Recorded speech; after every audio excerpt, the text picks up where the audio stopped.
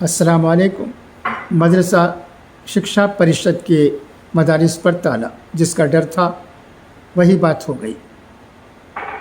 جناب شاہد زبیری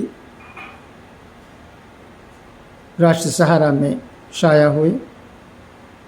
ان کے مضمون میں فرماتے ہیں، الہ آباد ہائی کورٹ کے جسٹس وویک چودھری اور جسٹس سبھاش ودھیارتی کی 2 رکنی بینچ نے مدرسہ ایجوکیشن ایکٹ 2004 کو سیکولرزم کے اصولوں کے منافی اور الٹرا وائرس قرار دیتے ہوئے 22 مارچ 2024 کو اپنے فیصلے میں غیر آئینی قرار دے دیا ہے۔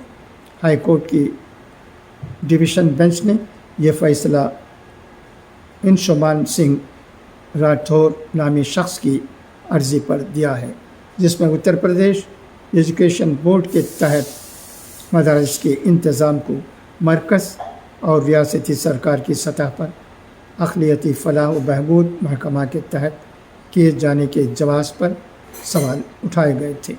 ڈویژن بینچ نے اپنے فیصلے میں یو پی سرکار کو ہدایت دی ہے کہ وہ ایک منصوبہ بنائے جس سے مدرسہ ایجوکیشن بورڈ کے تحت مدارس میں زیر تعلیم طلباء و طالبات کو مروجہ نظام تعلیم میں شامل کرے۔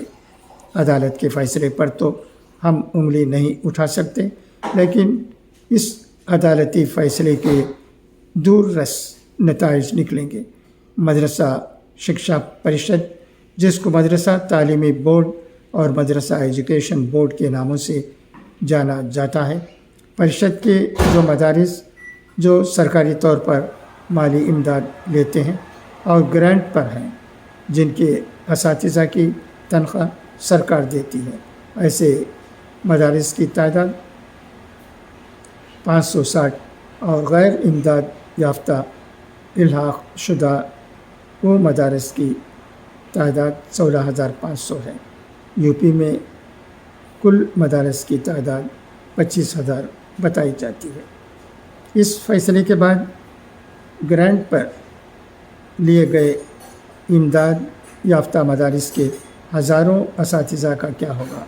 کیا ان کو مروجہ نظام تعلیم میں شامل کیا جائے گا اور وہ برسر روزگار رہیں گے؟ اور ان اساتذہ کا کیا بنے گا جو سرکار کی مدرسہ جدید کاری کے نام پر رکھے گئے تھے، جن کو ملنے والی ماہانہ اعزازی رقم کا ایک حصہ مرکزی سرکار دیتی تھی اور باقی یو پی سرکار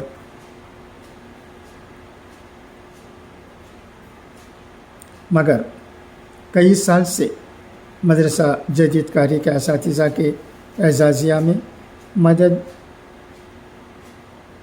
دیے جانے سے مرکزی سرکار نے ہاتھ کھینچ لیا تھا، ایسا کہا جاتا ہے۔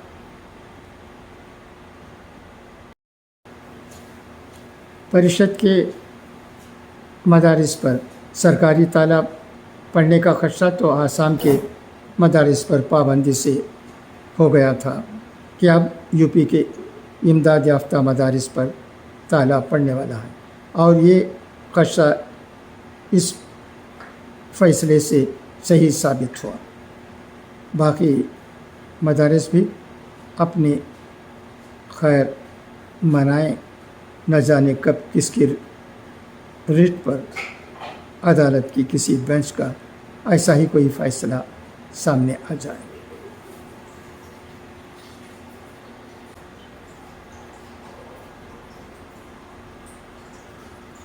ریاستی سرکار سے بھی اعزازیہ کی رقم کبھی ملتی تھی اور کبھی نہیں۔